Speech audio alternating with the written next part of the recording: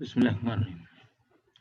अच्छा बेटा, आज हमारे जो कुछ और फंक्शंस हम करेंगे, जिसमें एक हमारा रैंक है, कोटाइल फंक्शन है और स्टैटिस्टिक्स के कुछ फंक्शंस हैं हमारे, जिनमें पहले हमने सम का किया था, अब हम सम इफ करेंगे और सम इफ्स करेंगे।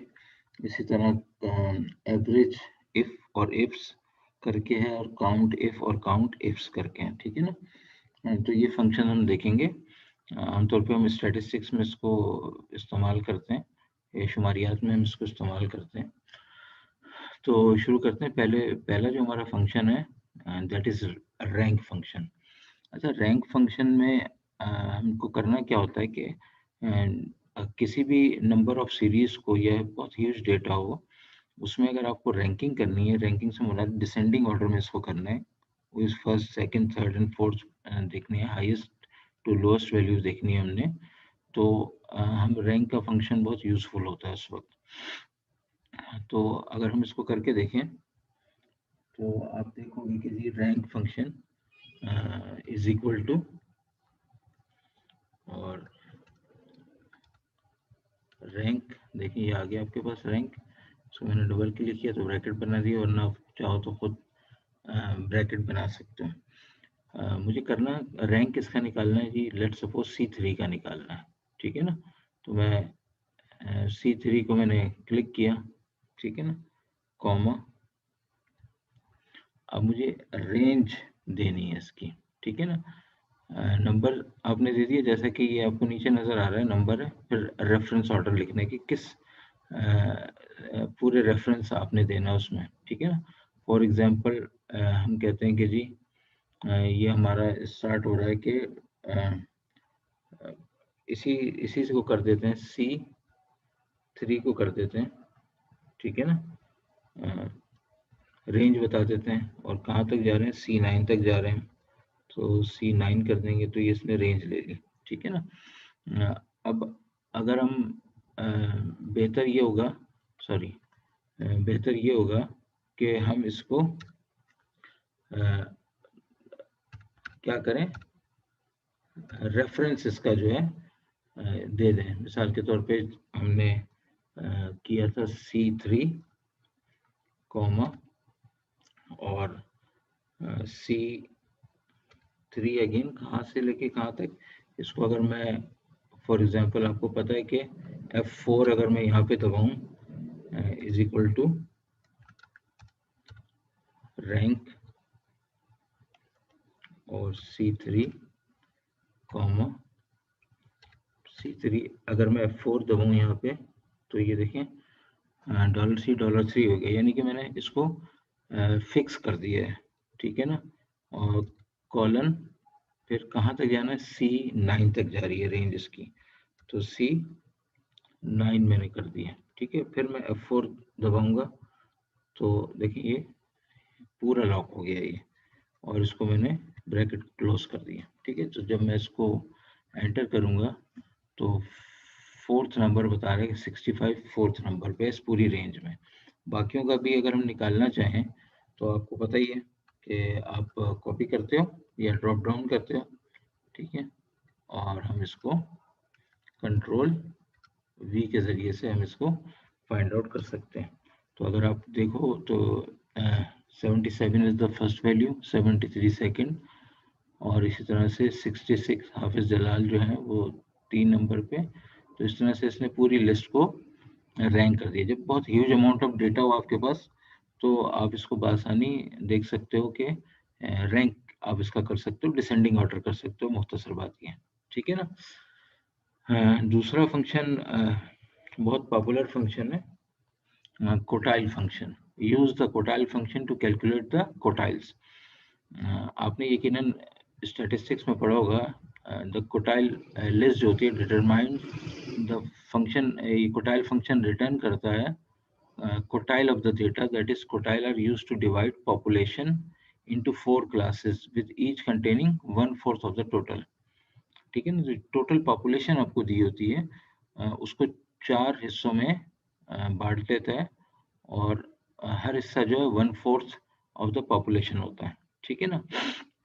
अच्छा, इसमें जब आप फंक्शन इस्तेमाल करते हो तो हम कहते हैं कि जी फॉर एग्जांपल अगर हम कहें कि जी कोटाइल फंक्शन, जो भी फंक्शन है वो हमने दिया है, और आगे अगर आप इसको देखो, 0 किस चीज़ को ज़ाहिर करता है? मिनिमम वैल्यू को।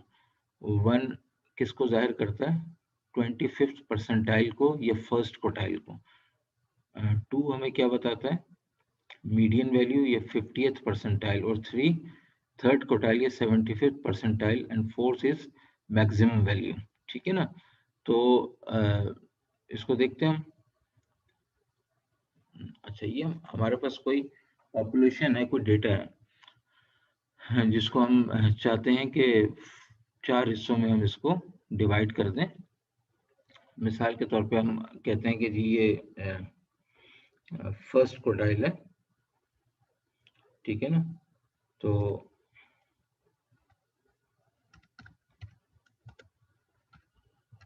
फर्स्ट कोटाइल, ठीक है ना?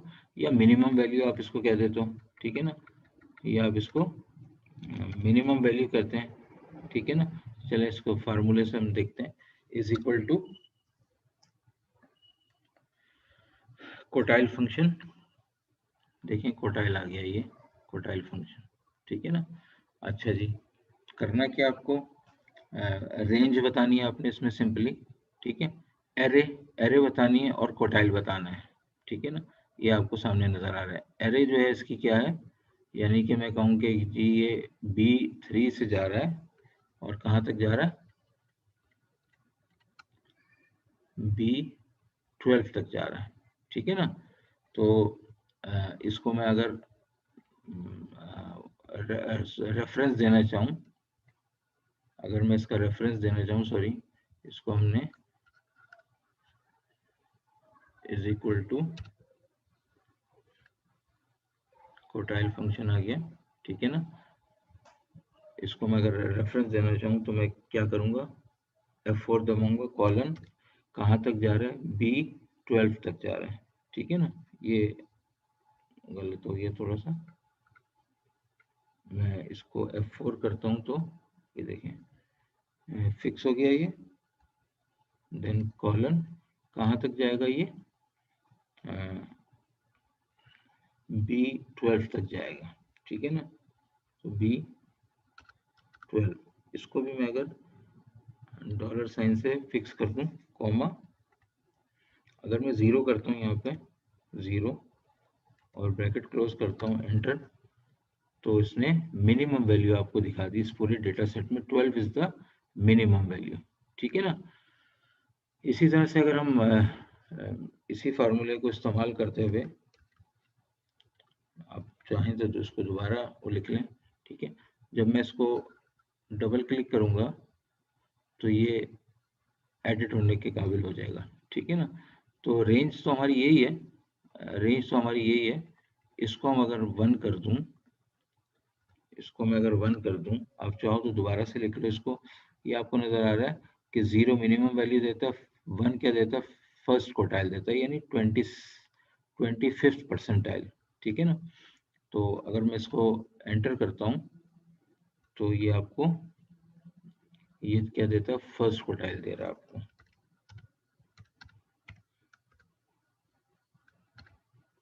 फर्स्ट क्वार्टाइल, ठीक है ना?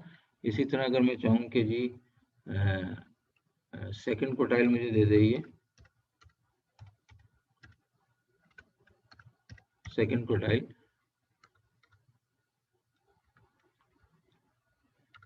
सेकंड क्वार्टाइल, तो दोबारा से मैं फार्मूला लिखूंगा इसका। तो लेकिन मैं क्या करता हूँ, इसको कॉपी करता हूँ, यहाँ पे पेस्ट कर लेता हूँ, ठीक है? और इसको जब मैं डबल क्लिक करूँगा, जब मैं इसको डबल क्लिक करूँगा तो मुझे सिर्फ इसको एडिट करना है, यानी यहाँ पे मैं जब 2 लिखूंगा तो ये आपको बता रहा है 2 जो है वो आपका मीडियन है या 50th परसेंटाइल, ठीक है ना? तो हम इसको यहाँ पे एंटर करके देखते हैं, तो 47 is the second quartile. Now अब मुझे क्या चाहिए? थर्ड क्वार्टाइल चाहिए, ठीक है ना? थर्ड क्वार्टाइल चाहिए। तो वही मैं कॉपी करता हूँ इसको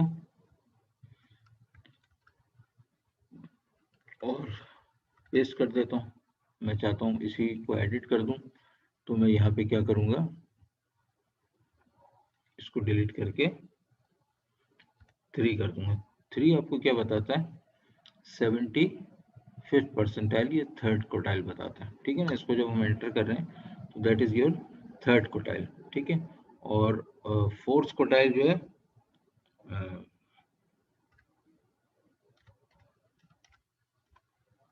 फोर्थ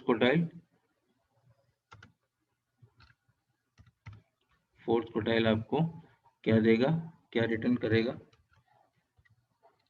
मैक्सिमम वैल्यू। तो मैं इसको यहाँ पे 3 की जगह पे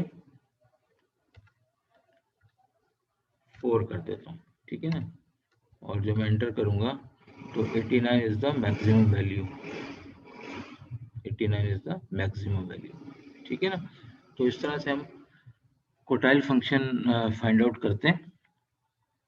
ओके, नाउ अब हम देखते हैं कि और कुछ स्टैटिस्टिकल फंक्शंस जो हैं वो हमारे सामने हैं। अच्छा, अगर हम इसको देखें तो हमें ये कुछ फंक्शन है, sum if, count if and average if. ठीक है ना, और हमने क्या करना है, sum ifs, average ifs and count ifs. अच्छा, ये हमारे पास कोई डेटा है, नेम है, डेज हैं और कुछ नंबर्स हैं हमारे पास। ठीक है, फाइंड आउट हमें क्या करना है कि सम ऑफ नंबर्स लेस देन 50, इस डेटा रेंज में से उनको सम कर दे जो 50 से कम है, जो 50 से कम है। ठीक है ना, तो इसको हम बआसानी कर सकते हैं। मिसाल के तौर पे अगर हम देखें 50 से कम नंबर कौन कौन से हैं, 50 से कम, इसका मतलब 40, 30, 20 और 10। तो ये हो जाएगा 70, 100, गालिबन इसका 100 आंसर आना चाहिए। ठीक है, तो इसमें हम कर लेते हैं, तो is equal to sum if कर रहे हैं हम। ठीक है, सम इफ, सही है। सम इफ के बाद क्या है, वो नंबर्स जो लेस देन 50 है। अगर बहुत ह्यूज डेटा है तो मुश्किल हो सकती है, तो ये बहुत आसान तरीका है उसका, हमने उसको रेंज बता दी। ठीक है, रेंज बताने के बाद हमने कॉमा लगाया, जैसे कि इसमें आपको नजर आ रहा है, रेंज कॉमा क्राइटेरिया सम रेंज। ठीक है ना, अब हमने क्राइटेरिया बताना है उसको। क्राइटेरिया हमारा क्या है कि वो नंबर जो लेस देन 50 हैं वो हमें बता दे। तो हमने ये कोटेशन में लिख दिया, इसमें मिस्टेक क्या हुई है, मैंने ब्रैक कॉमा लगा दिया था एक, is equal to sum if कर रहे हैं हम। ठीक है, रेंज ऑफ द नंबर्स हमने दे दिया, एरे दे दी हमने ये। ठीक है, देन कॉमा, कोटेशन में आपने क्या लिखना है, क्राइटेरिया लिखना है, यानी कि लेस देन 50।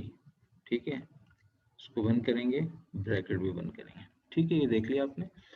अब मैं इसको जब एंटर करूंगा तो 70, 80, 90, 100, 100 आपका जो है वो आंसर आना चाहिए। ठीक है ना, तो ये इसने उनको सम कर दिया जो लेस देन 50 से इस डेटा सेट में से।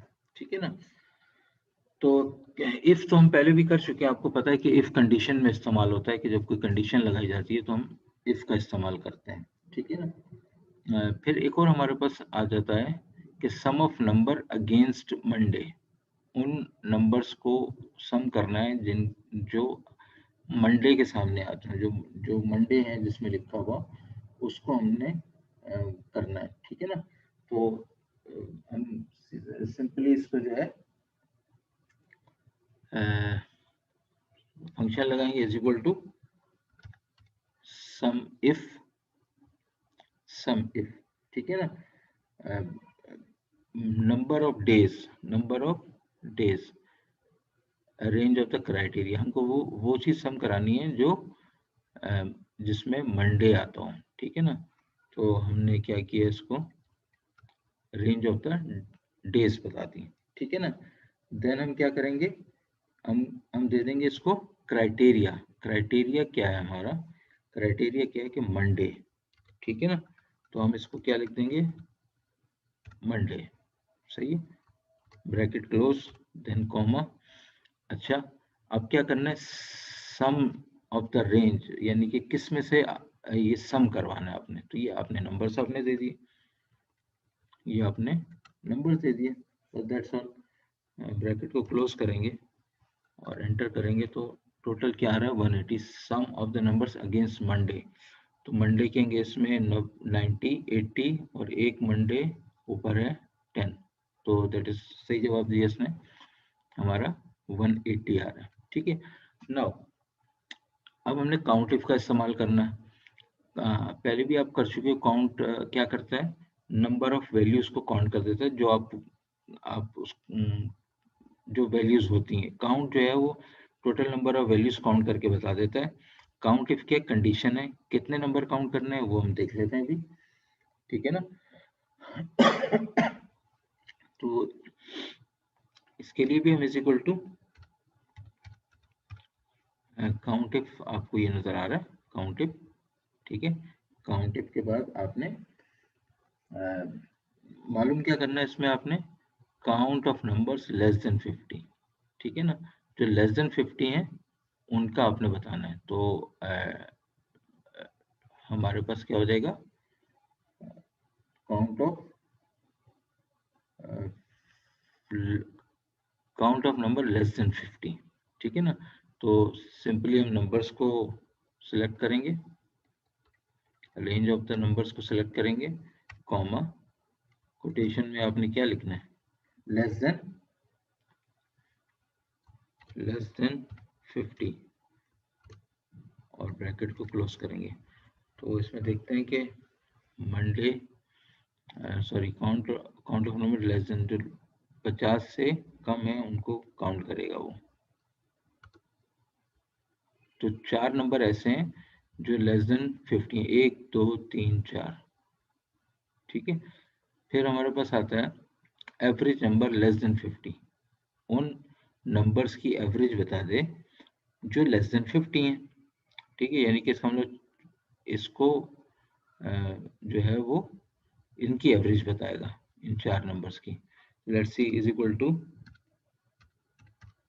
एवरेज इफ पे भी हम बात कर रहे हैं, ठीक है ना। तो नंबर्स की रेंज आपने बता दी, ये नंबर्स की हमारी रेंज है, comma, then criteria is equal to, criteria is what, less then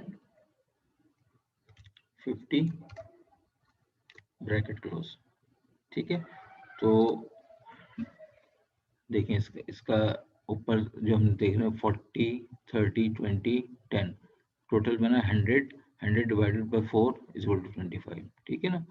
तो इस तरह से हम सम इफ कर सकते हैं, किसी भी रेंज ऑफ डेटा में से अपनी मर्जी से उन नंबर्स को निकाला जा सकता है कि जो आपकी रिक्वायरमेंट है, ठीक है ना।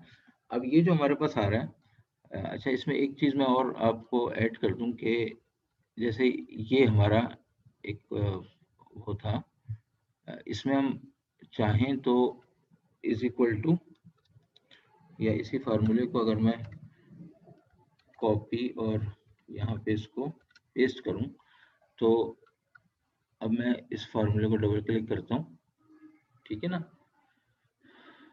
तो नहीं, उसी में मैं आपको चेक करा देता हूँ। अच्छा, जैसे ये है हमारे पास, ठीक है ना, इसमें हमने यहाँ पे लिखा है मंडे, ठीक है ना। तो मंडे की जगह पे अगर मैं अ, किसी भी सेल में अगर मैं चाहूँ कि मंडे ना लिखूं, और ये मैंने मंडे किसी भी सेल में लिख दिया, इसका एड्रेस क्या है, G1। तो अगर मैं यहाँ पे G1 लिख दूं, ठीक है, मंडे की जगह पे, और मैं इसको एंटर करूं, ठीक है ना, तो आप दोनों तरीकों से इसको कर सकते हो। G1 लिखोगे जिस सेल में आपने जो भी रिक्वायरमेंट है वो आपने लिखी है, और आप G1 लिख दो। अदरवाइज अगर आपने कोई प्रॉपर वैल्यू लिखनी है, मंडे लिखना है अगर कुछ, तो वो कोटेशन में आप लिख दोगे। ठीक है ना, तो दोनों तरीकों से आप इसको कर सकते हैं। ठीक है ना, फिर हमारे पास आ जाता है सम इफ्स। अच्छा, सम इफ क्या चीज है? देखो इसमें मल्टीपल कंडीशंस आ सकती हैं। ये डेटा सेम है हमारा, नेम्स हैं, डेज हैं और नंबर्स हैं। ओके, इसमें अब हमें क्या करना है, जैसे मिसाल के तौर पे sum of numbers belonging to Monday and इकान। इकान नाम है स्टूडेंट का, इकान, साइम, नदीम, आरिफ, ये डिफरेंट नेम्स हैं। इसमें हमने क्या करना है, is equal sum of numbers belonging to Monday, sum of numbers belonging to Monday and इकान, यानी उन नंबर्स का सम करना है जो मंडे भी हो और उसमें इकान भी आता हो। ठीक है ना, नाम इकान हो और मंडे वाला दिन हो, वो उन नंबर्स को आपने सम करना है। तो इसमें दो कंडीशन आ गई, मंडे एंड इकान आ गया। तो इज इक्वल टू हम करेंगे सम इफ्स, ये आ गया आपका सम इफ्स। ठीक है ना, सम इफ्स करके हमने क्या करना है, सम ऑफ नंबर्स। तो हमने क्या किया, नंबर्स की रेंज हमने ले ली। ठीक है, कॉमा, देन डेज हमें चाहिए। ठीक है, अगर आप देखो इसमें सम रेंज, क्राइटेरिया रेंज। ठीक है, क्राइटेरिया रेंज हमें चाहिए मंडे, तो इसका भी हमने क्राइटेरिया की रेंज ले ली। ठीक है ना, फिर हमने क्या करना है, हमें करना है कॉमा, आपको क्या चाहिए, मंडे, सॉरी मंडे। ठीक है, देन अगेन कॉमा, फिर आपने क्या करना है, आपको क्या चाहिए, नेम चाहिए। ठीक है, नेम, ये आपने नेम किए। ठीक है ना, कॉमा, कौन सा नेम चाहिए आपको, आपको चाहिए इकान। ठीक है ना, इकान, ब्रैकेट क्लोज।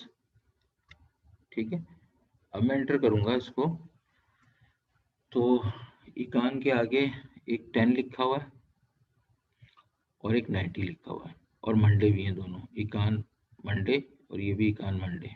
ठीक है ना, तो उसका सम उसमें 90 और 10 100 होता है। ठीक है ना, अच्छा अगर फर्ज करते हैं कि जी मैं इस सेल में आपका मंडे लिख देता हूँ और इसमें इकान लिख देता हूँ। ठीक है, नाउ अब हमारा क्या होगा, इज इक्वल टू हमने क्या कहते हैं, नंबर्स का सम किया था, सही है, सॉरी, इज इक्वल टू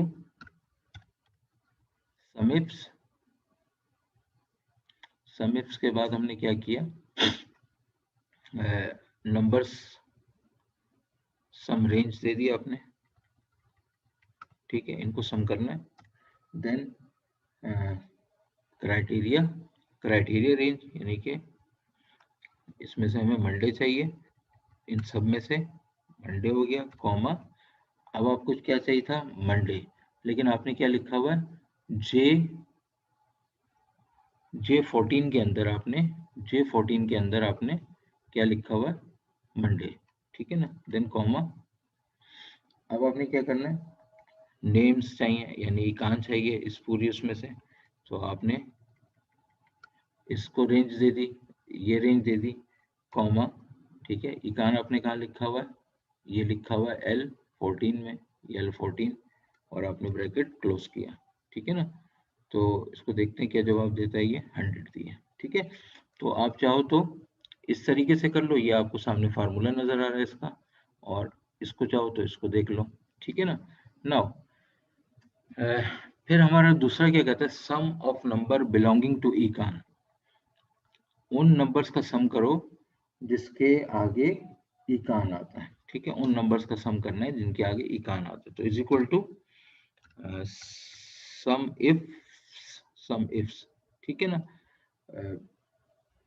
उन नंबर्स का सम करना है जिनके आगे इकान आता है। तो रेंज हमने नंबर्स की दे दी इसको, कॉमा, ठीक है ना। फिर इकान चाहिए हमें, ठीक है। तो नेम्स की रेंज हम दे देंगे, क्राइटेरिया सम रेंज, क्राइटेरिया रेंज, ये क्राइटेरिया रेंज है हमारी, इसी में से हमें क्राइटेरिया चाहिए, ठीक है ना। और कॉमा, और हमें क्या चाहिए, इकान चाहिए। तो इकान हमने ये लिख दिया, ठीक है। कोटेशन क्लोज करके ब्रैकेट बंद किया हमने, तो एंटर करते हैं, ठीक है। तो इसमें sum of numbers belonging to इकान, तो 90 और 10 100, ठीक है। इसको हम उसी तरीके से भी कर सकते हैं, is equal to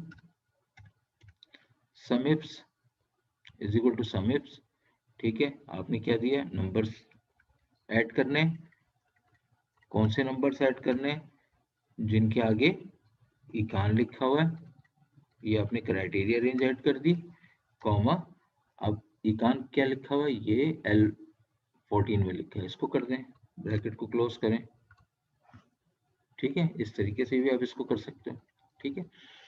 count of number where have इकान एंड मंडे, उन नंबर्स को काउंट करो, सॉरी हाँ, उन नंबर्स को काउंट करो जहाँ पे इकान हो और मंडे हो, ठीक है ना। Count of numbers, not sum of numbers, count of numbers where have इकान एंड मंडे, कितने दिन है जिसमें इकान भी लिखा हुआ है और मंडे भी लिखा हुआ है। तो करके देखते हैं, इज इक्वल टू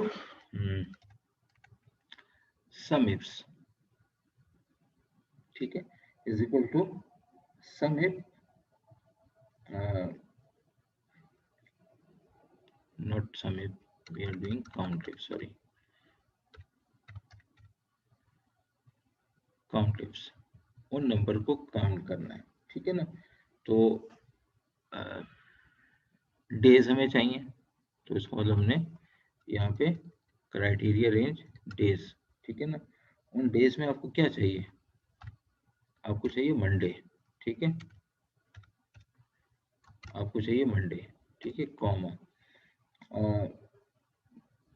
काउंट क्या करना है आपको, नेम्स, नेम्स भी आपको वो नेम चाहिए जो जिसमें इकान भी आता हो और मंडे भी आता हो। तो डेज को हमने, डेज की रेंज हमने दे दी, ठीक है, कॉमा, फिर आपको इसमें क्या चाहिए, इसमें चाहिए इकान चाहिए, ठीक है ना, और ब्रैकेट क्लोज।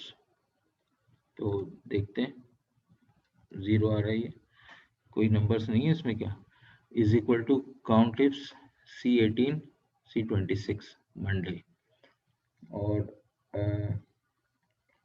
इकान फार्मूला तो हमने एक्सपेक्टेड सही लगाई, कहीं पे कोई मिस्टेक में भी, चलिए दोबारा करके देख लेते हैं,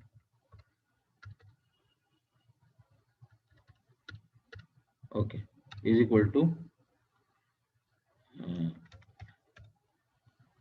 काउंट इफ्स, ठीक है, डेज, सॉरी डेज, ठीक है ना, डेज हमने किए सही, कॉमा, डे क्या चाहिए आपको, मंडे, मंडे, अगेन कॉमा, फिर आपको क्या चाहिए, नेम्स चाहिए,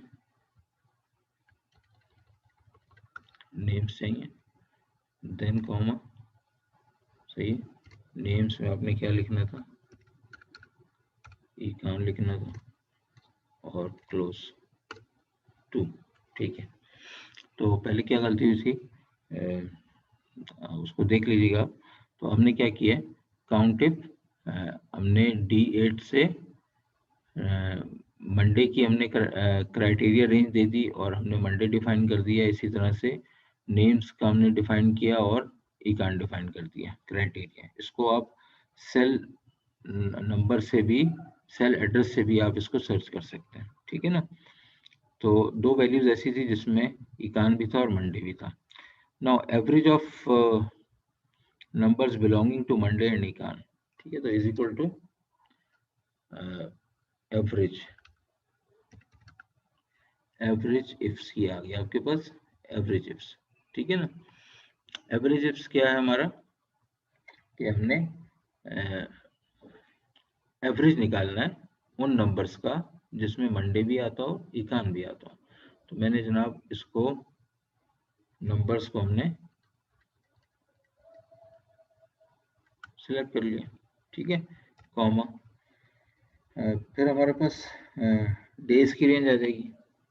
डेज ये रहे हमारे, ये हमारी डेज की रेंज आ गई, ठीक है ना। क्राइटेरिया हमारा क्या है, ठीक है, मंडे चाहिए, मंडे, तो comma quotation that is Monday, सही। और मैं इसको क्लोज कर दूंगा, देन अगेन कॉमा। फिर मुझे क्या चाहिए, नेम्स चाहिए, ये हमारे नेम्स आ गए, कॉमा। नेम्स में हमें क्या, कौन सा चाहिए, इकान चाहिए, तो that is EQAN, not BN, okay, then bracket close.